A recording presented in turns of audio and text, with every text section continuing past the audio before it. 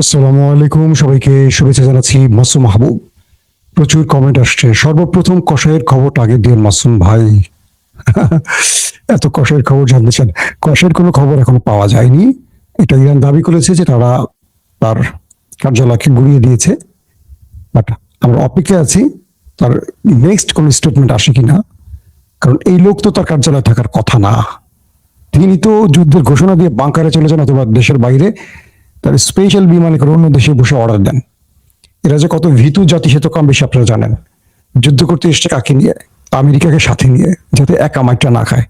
আমেরিকার মতো একটা বিশ্বমরুল পাশে থাকবে, নাম পাশে দিয়ে ঠেলা হলাফি করবে, আয় তুই আমার কাছে আয়, দেখি কত পারিস।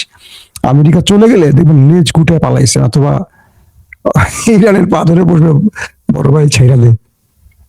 দর্শক, কিছু গুরুত্বপূর্ণ খবর দেবো, রাত বেশি হয়ে গেছে। আপনারা সেহরি যারা খাবেন, অবশ্যই বাংলাদেশের দর্শক আর প্রবাসের দর্শক সবার টাইম আলাদা, তাই 10-12 মিনিটের মধ্যে শেষ করব। লাস্ট আপডেট হলো যে আমেরিকা এসেছিল মধ্যপ্রাচ্যকে বাঁচানোর নাম করে, বিশাল বিশাল ঘাঁটি তৈরি করে আরব রাষ্ট্রের মধ্যে বসেছিল এবং আরবের পেট্রো ডলার পকেটে করে বাড়ি ফিরছিল। সেই আমেরিকা শেষ পর্যন্ত আরবের সাহায্যে এখন লুকাচ্ছে, অর্থাৎ আরব আমিরাত, সৌদি, কাতার, কুয়েতে। ইরান যখন ধোলাইটা শুরু করেছে তখন সেই সেনারা, বুঝছেন তো, পশ্চিমা সেনারা কোথায় পালাবে? কাতারের যারা আছেন, কাতারের পুলিশের সহযোগিতা নিয়ে স্পেশাল বিমানে হারিয়ে যাচ্ছেন। দুবাইতে বিশেষ বিমানে করে তারা গোপন জায়গায় চলে যাচ্ছেন, কুয়েতে, আরব আমিরাতে, সব জায়গায়। কিন্তু এই ঘাঁটিগুলো যুগের পর যুগ কেন করেছিল আমেরিকা? যে তোমাদেরকে আমরা বাঁচাবো ইরানের হাত থেকে বা তোমাদের শত্রুদের হাত থেকে। এখন তারা নিজেরাই পালাতে শুরু করছে আরবদের রেখে। আরবরা বলছে, তোমরা আমাদের বাঁচাতে এসেছিলে, এখন তোমরা পালাচ্ছ কেন? তাহলে তোমাদেরকে এত বছর ধরে যে আমাদের তেল বিক্রি টাকাগুলো দিয়েছি, তোমাদের কাছ থেকে যে অস্ত্রগুলো কিনেছি, ডিফেন্স সিস্টেম কিনেছি, এগুলো আমাদের কি লাভ হচ্ছে? আরবরা বলছে, তুমি তো নিজেকে বাঁচানোর জন্যই ব্যস্ত, আর তোমার ভাই ইসরায়েলকে বাঁচাতেই ব্যস্ত, আমাদেরকে ধোঁকা দিচ্ছ কেন? ইরান এই যুদ্ধে কয়েকটা মেসেজ দিয়েছে পৃথিবীকে, খেয়াল করবেন। এক, ইরান চাইলে পুরো পৃথিবীর সাথে একা লড়তে পারে, সে হারুক বা জিতুক সেটা বড় কথা না, সে সাহস করতে পারে, তার বুকের মধ্যে সেই সাহসটা আছে। প্রমাণ এক। প্রমাণ টু, আরব বিশ্বকে বুঝিয়ে দিয়েছে ইরান যে আমি যদি তোমার বিরুদ্ধে লাগি, তোমার আব্বা তোমাকে বাঁচাতে পারবে না। তুমি আমার সাথে আপোষ করে চলো, তুমি তোমার বন্ধু পরিবর্তন করো, তুমি আমাকে বন্ধু না বানিয়ে তুমি এত হাজার মাইল দূরের একজন বন্ধু বানিয়েছো যে নিজে বিপদে পড়ে নিজেই পালাচ্ছে তোমাকে সামনে রেখে। তুমি কাকে বন্ধু বানিয়েছো? আমি যে তোমাদেরকে মারছি একা, তোমার আব্বাকেও মারছি, তোমার বড় ভাই ইসরায়েলকেও মারছি, তোমাদেরকেও মারছি। আসো, তুমি চিল্লায় পাল্লা করতেছো কেন? আসো, একটা মিসাইল মারো আমাকে। আমি তোমার আব্বার ঘাঁটি উড়িয়ে দিয়েছি, তোমার আব্বারা পালিয়ে উঠছে হোটেলে, হোটেল উড়িয়ে দিয়েছি, সেখান থেকে পালিয়ে গেছে রিসোর্ট কেন্দ্রে, সেটা উড়িয়ে দিয়েছি, সেখান থেকে চলে গেছে আরেক জায়গায়, সেটা উড়িয়ে দিয়েছি, এরপর তারা আরেক জায়গায় পালিয়েছে, এভাবে তারা পালাতে থাকবে। তাহলে তোমাদের লাভ হলো কি? এখন পর্যন্ত কোনো আরবের দেশ পাল্টা আঘাত ইরানে করার সাহস করেনি। তারা সম্মিলিত আক্রমণের প্ল্যান করছে। তারা আবার ভাবছে, যদি আমরা আক্রমণ করি ইরানে, তাহলে তোমাদের সাজানো গোছানো দেশটাকে ইরান রাখবে না, তামা তামা করে ফেলবে। অর্থাৎ আমরা একটা আক্রমণ করলে ইরান তো অনুমতি পেয়ে যাবে, বৈধতা পেয়ে যাবে, তখন ইরান আমাদের পিঠের চামড়া রাখবে না। এই জন্য আরব রাষ্ট্রগুলো 2 পা সামনে যাচ্ছে, 10 পা পেছনে যাচ্ছে, 10 পা পেছনে যাচ্ছে। তারপরও আমেরিকা বা ইউরোপ কোন খেলা দেয় আর তারা কি করে আমরা দেখতে চাই। রাশিয়া বলেছে এই যুদ্ধ তৃতীয় বিশ্বযুদ্ধের রূপ নিতে পারে, কারণ যদি ফ্রান্স, জার্মান, আরবরা আমেরিকা, ইসরায়েলের সাথে ইরানের বিরুদ্ধে নেমে যায়, সেক্ষেত্রে ইরানের মিত্ররা হয়তো চীন,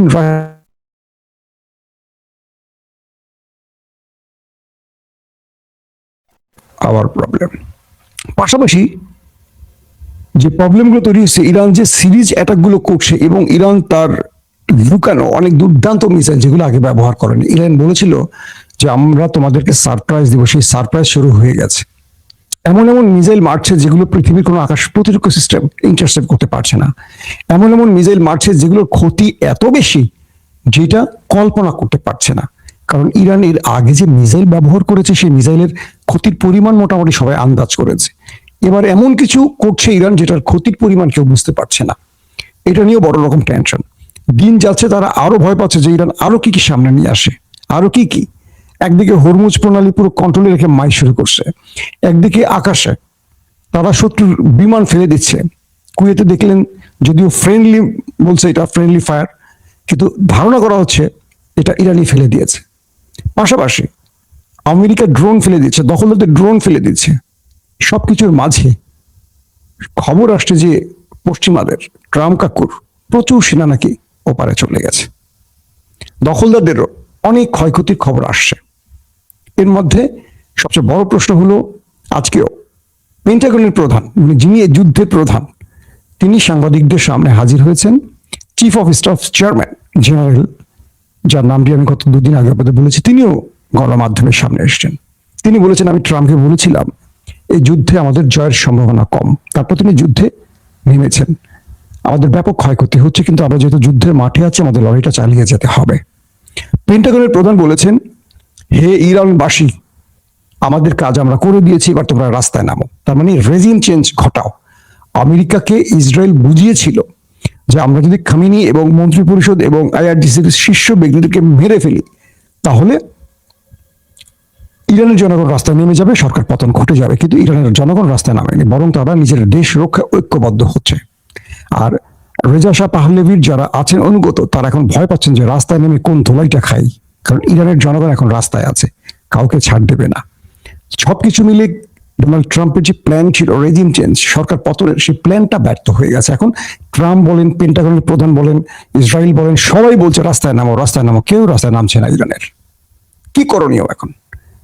ট্রাম্প আকাশ থেকে যে স্ট্রাইক চালাচ্ছে, এভাবে কখনো ইরানের সরকার পতন হবে না, মরে গেলেও হবে না। অবকাঠামোর ক্ষতি হবে, কিছু মানুষের প্রাণ যাবে, কিন্তু রাষ্ট্র দখল বা সরকার পতন হবে না। কি করণীয় আছে এক্ষেত্রে? আমাদের সামরিক বিশেষজ্ঞরা বলছেন যে এক্ষেত্রে আমেরিকাকে স্থল অভিযান চালাতে হবে। আমেরিকা ইরানে স্থল অভিযান চালাতে পারবে? আমি আজকে মিডল ইস্টের যতগুলো গুরুত্বপূর্ণ চ্যানেল আছে, বিশ্লেষক আছে আমেরিকা রাশিয়ার, সারাদিন পর্যবেক্ষণ করেছি, তাদের আলোচনা দেখেছি, তাদের বইগুলো পড়েছি, খুঁজেছি যে তথ্যগুলো।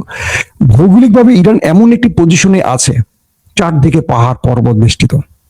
ইরানকে আক্রমণ করার বিশাল ব্যয়বহুল একটি ব্যাপার আছে আমেরিকার জন্য। এবং পথে পথে যারা ইরানে আক্রমণ করবে, তারা গাড়ি, মানে তাদের ট্রুপ ক্যারিয়ার, সামরিক সরঞ্জাম, সামরিক সদস্যদের প্রাণ সব ক্ষয়ক্ষতি হবে। কারণ পুরো পথে পথে ইরান মাইন পুঁতে রেখেছে। আকাশ থেকে যেটুকু পারবে তারা ক্ষয়ক্ষতি করবে, কিন্তু তারা যখন স্থলে অভিযান চালাতে আসবে, সেটা ইরাক দিয়ে আসুক বা যে কোনো রাষ্ট্র, মানে যে কোনো দেশ দিয়ে ঢোকার চেষ্টা করবে।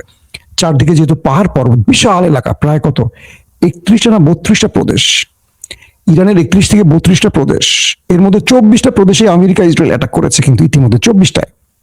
তারপরও ইরান বলছে যে না, এই যুদ্ধ ওরা শুরু করেছে, আমরা শেষ করব। দমে যাচ্ছে না, মাইট চলতেছে। ইরানে আক্রান্ত হচ্ছে, কিন্তু ইরান, পৃথিবীর বড় বড় গণমাধ্যম বলছে না হয়তো, কিন্তু ইরান পাল্টা আঘাত করে যাচ্ছে, এটাই শুধু এখন বলা হচ্ছে। এখন যে বিষয়টা তৈরি হয়েছে যে ইরান যত রকম বাধা আসুক, তারা বলছে যদি আমেরিকা স্থল অভিযানে আসে, আমরা অপেক্ষায় আছি। কারণ এই পাহাড় পর্বত দিয়ে, সরু পথ দিয়ে, অলিগলি দিয়ে, পাহাড়ের ভেতর দিয়ে তারা যখন আসবে, একটা মাইন বিস্ফোরণ হবে। আমেরিকা এই লম্বা যুদ্ধে যেতে চাচ্ছে না।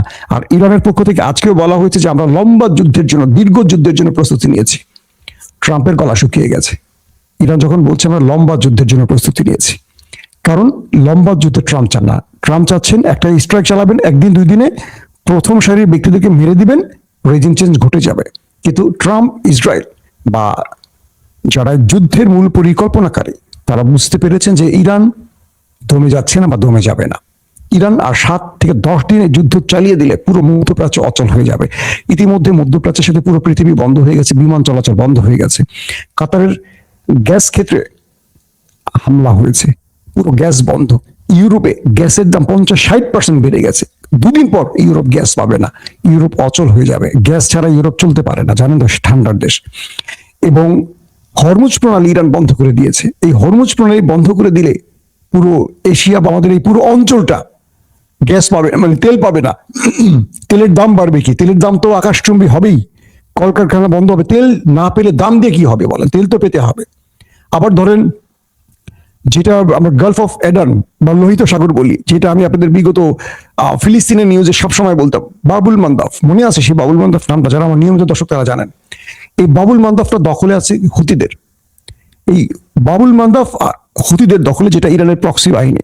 ইরানের কাছে আছে হরমুজ প্রণালী, দুটোই তাদের দখলে। এই দুটো বন্ধ করে দিলে মধ্যপ্রাচ্যের তেল রপ্তানি পুরোপুরি বন্ধ, গ্যাস রপ্তানি পুরোপুরি বন্ধ। একদিকে ইউরোপ শেষ, একদিকে পশ্চিমা দুনিয়া শেষ। আমরা তো মাইনকা চিপায় পড়বো। হয়তো মুসলিম রাষ্ট্র হিসেবে আমাদেরকে ছোটমাটো কিছু দিবে, ছাড় দেবে, ইরান বা সৌদি আরব কিছু ছাড় দেবে। তো এখন কি করবে? কারণ ইরান যে গেমটিতে নামছে এটি অল্প সময় ছাড়বে না। কারণ ইরানের পররাষ্ট্রমন্ত্রী বলছে যে না, আর কোনো ডায়লগ নয়, আর কোনো আলোচনা নয়। ট্রাম্প বারবার আলোচনার প্রস্তাব পাঠাচ্ছেন। তারা যুদ্ধ লম্বা করবেন, তারা প্রতিশোধ নেবেন, এবং ইরান গেরিলা পদ্ধতিতে চলে যেতে পারে যুদ্ধ। কি কারণে? ট্রাম্প যখন দেখবেন যে কোনোভাবে আর ইরানকে কবজা নিতে পারছে না, তিনি স্থল বাহিনী পাঠাতে চাইবেন, ন্যাটোকে নিয়েও হয়তো তিনি ঢোকার চেষ্টা করবেন। তখন তুরস্ক, চীন পুরোপুরি তালেবানদের মতো গেরিলা সিস্টেমে চলে যাবে। গেরিলা পদ্ধতিতে ইরানের সাথে পেরিয়ে ওঠার সম্ভাবনা খুব কম। লম্বা টাইম এই ইরান ইরাকের সাথে 7 থেকে 8 বছর যুদ্ধ করেছে। পুরো দুনিয়া ইরাককে সাপোর্ট করেছে, কিন্তু ইরাক বা সাদ্দাম বিজয় লাভ করতে পারেনি। তো এখন আফগানি তো পারেনি আমেরিকা 20 বছর থেকেও। এক তালেবানদের কাছে কিচ্ছুই নেই, কয়েকটা মান্দার তামলের বন্ধু। এরা পাহাড়ে ঢুকে যেত, রাতের অন্ধকারে বেরিয়ে হিট করতো, আবার চলে যেত, কয়েকটা রকেট মারতো, কাঁধে করে ঠাস করে আবার গর্তে ঢুকে যেত। তো ইরান তাদেরকে এখন টেনে আনবে স্থল অভিযানে, যে আসো তোমরা ঢোকো, তোমাদেরকে আমরা প্যাকেট করে পাঠানো শুরু করব। আর পুরো দেশের মধ্যে যেহেতু পাহাড় আর পর্বত, সেনাবাহিনীর নিজেকে সেভ করার জন্য যথেষ্ট এলাকা আছে। কি পরিমাণ অ্যাটাক করবে? পাহাড়ি অঞ্চলে অ্যাটাক করে। আফগানি তো পারেনি, আফগানি কিন্তু পাহাড়ি অঞ্চল। তো ইরানের সেনারা থাকবে ম্যাক্সিমাম পাহাড়ের গুহার মধ্যে। প্রচুর বাংকার তৈরি করা ইরানের মধ্যে, প্রচুর বাংকার। আপনারা দেখেন না যে ইরানের পারমাণবিক কেন্দ্রগুলো পাহাড়ের নিচে গর্ত করে সেখানে করছে, যেখানে বাংকার ব্লাস্টার বোমা মেরেও কিছু করতে পারছে না। আজকে নাতানজ পারমাণবিক কেন্দ্র হামলা হয়েছে। তো সবকিছু মিলে ডোনাল্ড ট্রাম্প একটা বড় চিন্তায় পড়ে গেছেন, চাপে পড়ে গেছেন। পেন্টাগন এখন বলছে, বা তার সেনাবাহিনী বলছে যে আপনাকে নিষেধ করেছি। কি করবেন এখন, যখন ইরান বলছে যে আমরা দীর্ঘ যুদ্ধের জন্য রেডি? এখন গলা শুকিয়ে গেছে। ইউরোপ, আমেরিকা এখন সংকটে পড়ে গেছে। গ্যাস বন্ধ, তেল বন্ধ, সবকিছু বন্ধ হচ্ছে। বিমান চলাচল বন্ধ হওয়ায় মধ্যপ্রাচ্যে খাদ্য আসা বন্ধ হবে। পুরো পৃথিবী অস্থির হয়ে পড়বে এই লড়াইতে।